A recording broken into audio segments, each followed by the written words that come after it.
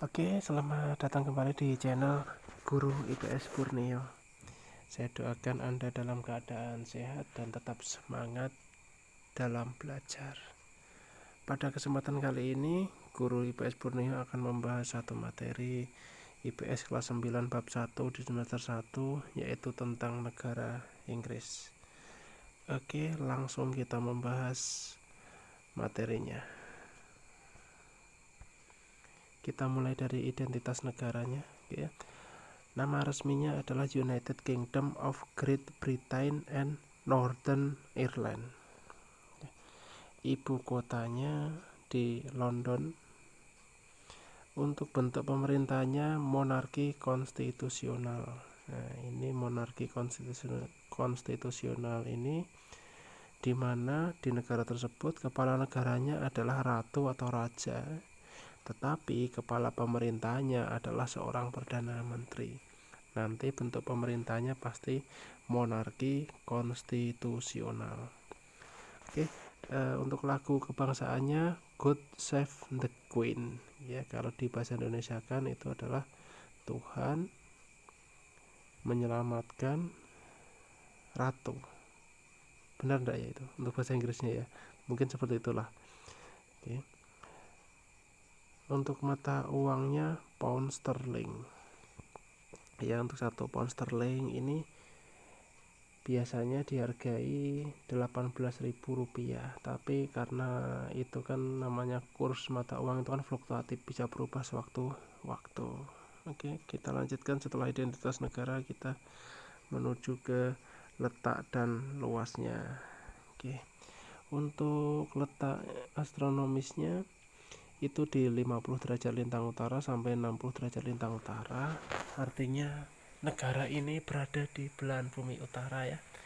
Kemudian juga ada di 8 derajat bujur barat sampai dengan 2 derajat bujur timur. Oke. Untuk luas wilayahnya ada 244.110 km persegi. Untuk batas-batasnya di sebelah utara ya ada Samudra Atlantik, di sebelah barat ada negara Irlandia dan Samudra Atlantik juga. Untuk di sebelah selatan ini ada Selat English Channel. Kemudian di sebelah timur ada Laut Utara.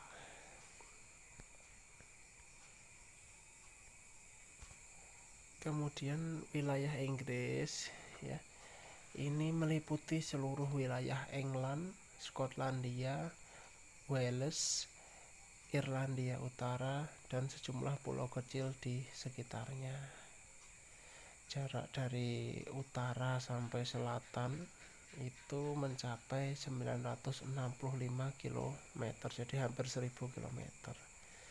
Untuk jarak dari timur ke barat wilayah Inggris ini mencapai 515 km.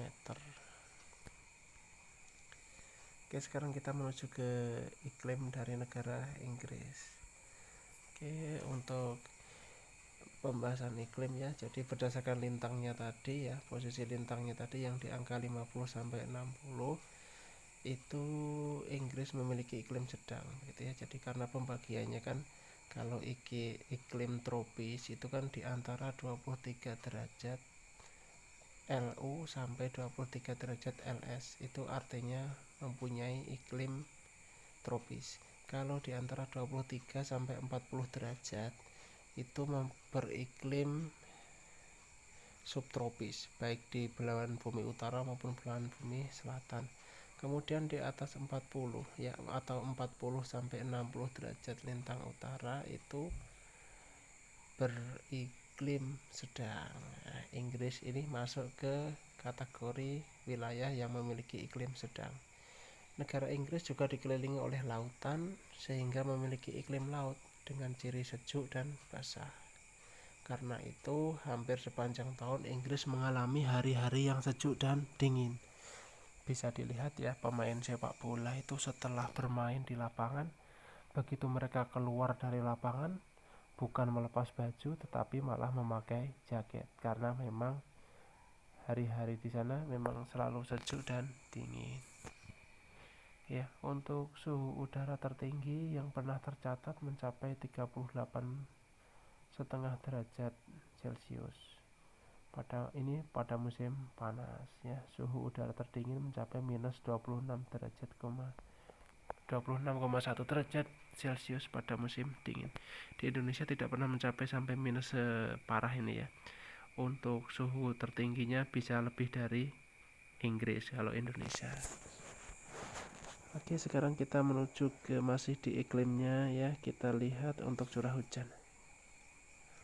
Curah hujan di Inggris ini relatif merata sepanjang tahun ya, dengan rata-rata tahunan mencapai 1000 mm per tahun. Ini rata-rata ya.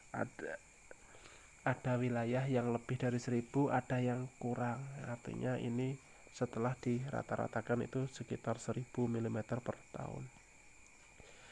Untuk pantai barat ini memperoleh curah hujan lebih tinggi daripada pantai timurnya ya. Namun curah hujannya tertinggi tetap berada di wilayah pegunungan. Oke. Untuk posisinya yang berada di dekat Samudra Atlantik dan adanya arus Atlantik Utara membuat pesisir barat Inggris ini lebih sejuk dan basah dari pesisir timurnya. Kita menuju ke bentuk muka buminya atau bentang alam ya. Jika dilihat dari reliefnya, wilayah Inggris ini terbagi menjadi dua bagian. Yang pertama, wilayah yang bergunung-gunung itu di bagian utara, sementara dataran rendah yang bergelombang itu di bagian timur dan selatan.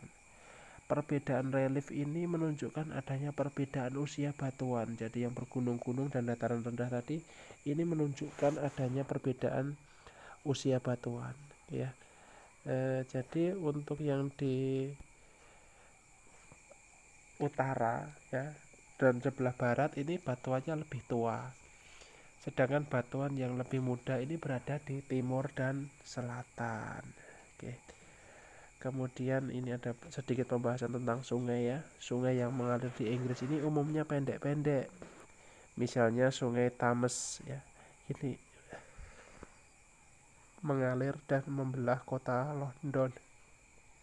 Kemudian ada sungai Dee, ada sungai Wye, dan ada sungai Severn mengalir ke terusan Bristol. Oke, kita ke geologinya. Inggris memiliki sumber daya geologi yang beragam, termasuk batu bara yang sangat mendukung adanya revolusi industri di Inggris. Kayak anak-anak bisa gunakan kata kunci revolusi industri ya di internet nanti untuk memperdalam keilmuan. Oke. Inggris juga memiliki sumber daya minyak bumi dan gas yang memasok kebutuhan energinya selama abad 20. Artinya mereka ini mempunyai minyak bumi dan gas yang cukup karena mampu memasok kebutuhan energinya selama abad 20. Kemudian beberapa sumber daya mineral yang tersedia di Inggris antara lain ada pasir, kerikil untuk bangunan, logam, dan ada juga lempeng. Flora dan faunanya, untuk flora yang dapat dijumpai di Inggris ini adalah pohon oak dan pohon elm, horse chestnut, kemudian spruce Norwegia, larch Jepang, dan fir Douglas. Untuk faunanya masih banyak dijumpai di Inggris antara lain rusa merah Skotlandia, dan ada sekitar 400 burung yang termasuk salah satunya adalah Raja Wali Emas dari Skotlandia. Ini terkenal ya Raja Wali Emas dari Skotlandia ini. Dan kemudian belibis merah yang khas dari Inggris. Belibis merah ini merupakan fauna endemik dari Inggris. Oke. Untuk keadaan penduduknya di Inggris tidak terlalu padat ya. Pada tahun 2015 penduduknya baru 65,1 juta jiwa dengan pertumbuhan penduduk sekitar 0,4% per tahun. Jadi kalau dilihat dari jumlah penduduknya, Inggris ini dibandingkan Indonesia ya hanya seperempatnya gitu ya. Bahkan kurang lah, seperempatnya kurang. Bisa jadi seperlima begitu ya. 80% penduduk Inggris ini tinggal di perkotaan dan sekitar 12% dari jumlah penduduk yang ada ini tinggal di kota London ya, karena ini ibu kotanya. Wajar ya, seperti di Indonesia Jakarta pun menjadi pusatnya ya, karena disitulah pusat kemajuan kota metropolitan. Oke, untuk penduduk asli Inggris ini ada dua bangsa ya. Yang pertama bangsa Kel, ini meliputi orang Skotlandia, Irlandia, dan Wales ya. Kemudian bangsa yang kedua ini ada bangsa Jerman ya. Bangsa Jerman ini meliputi orang Anglo-Saxon, Jute, Denmark, dan Norman. Untuk sebagian besar penduduknya bangsa Inggris ini ya, orang-orang Inggris ini berkulit putih, sisanya berkulit hitam dan sawo matang ya. Kita pasti sudah tahu orang sawo matang, kulit sawo matang ini ya datangnya rata-rata dari Asia. Kemudian untuk bahasa resminya pasti ya bahasa Inggris. Bahasa Inggris ini kan menjadi bahasa internasional gitu ya. Untuk mayoritas penduduk Inggris ini memeluk agama Kristen Anglikan ya. Jadi di sana ada satu aliran agama ya, Kristen ini yang berbeda dengan negara lain. Mereka menyebutnya Kristen Anglikan. Oke. Adik-adik, anak-anak bisa mencarinya di internet ya, untuk lebih lanjut keterangannya yang lebih lanjut tentang Kristen Anglikan ini di internet. Oke. Sisanya memeluk agama Islam, Yahudi, Hindu, bahkan ada juga ateis atau tidak beragama. Oke, kemudian kita akan membahas tentang keadaan ekonominya. Oke ya. Inggris ini merupakan negara maju ya, jadi dari berbagai bidang pasti ada produk yang dihasilkan. Oke. Di sini yang kita bahas pertama adalah pertaniannya ya. Pertanian Inggris ini hasilnya berupa gandum, gula bit, dan kentang ya. Walaupun di sana tidak luas wilayahnya untuk pengerjaan pertanian, tetapi mereka di sana mengerjakannya secara modern dan dengan peralatan yang canggih sehingga hasilnya juga bisa optimal. Untuk hasil peternakannya berupa daging, susu, keju, dan mentega. Hasil perikanannya berupa ikan haring dan ikan kod yang banyak terdapat di perairan Laut Utara dan Samudra Atlantik ya. Laut Utara ini berada di sebelah timur dari Inggris ya. Samudra Atlantik ini ada di sebelah utara dan sebelah barat sebenarnya. Cuman yang banyak ikan haring dan ikan kod ini di sebelah utara daripada negara Inggris. Untuk hasil tambangnya berupa batu bara, biji besi, tembaga, timah hitam, zinc, mangan, minyak bumi, dan batu gamping. Kemudian masih dari segi ekonomi ya, industri berat Inggris ini berpusat di Birmingham ya. Kalau bagi teman-teman atau adik-adik yang sering nonton sepak bola tentunya tidak asing lagi ya kata Birmingham ini ya. Untuk jenis industrinya, industri berat ini ya ada industri lokomotif, gerbong kereta api, mobil, alat pertanian, dan mesin-mesin industri. Untuk jenis barang ekspor Inggris ya otomatis hasil daripada industrinya tadi, pesawat terbang, plat baja, lokomotif, truk, mesin industri, dan berbagai macam alat elektronik.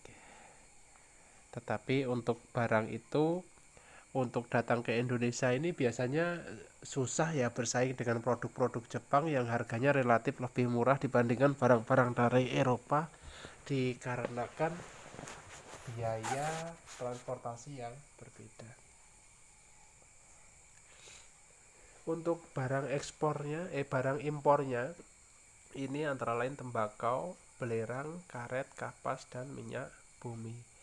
Ini untuk tembakau, karet, dan kapas ini mayoritas diimpor dari negara Asia, khususnya negara-negara yang beriklim tropis. Untuk minyak bumi ini rata-rata disuplai oleh negara-negara yang berada di Timur Tengah. Untuk belerang ini masih juga disupport oleh negara-negara yang berada di Asia, juga oleh Amerika. Oke, mungkin itu saja ya untuk pembahasan kita tentang negara Inggris. Kalau ada pertanyaan silahkan nanti tulis saja di kolom komentar, nanti akan saya jawab. Misalkan ada hal yang belum saya bahas di sini, nanti saya bisa membantu apa yang menjadi pertanyaan anak-anak. Silahkan tulis di kolom komentar. Oke, terima kasih banyak ya. Mohon subscribe dan nyalakan lonceng notifikasinya agar saya lebih bersemangat dalam membuatkan video-video yang terbaru. Oke, terima kasih.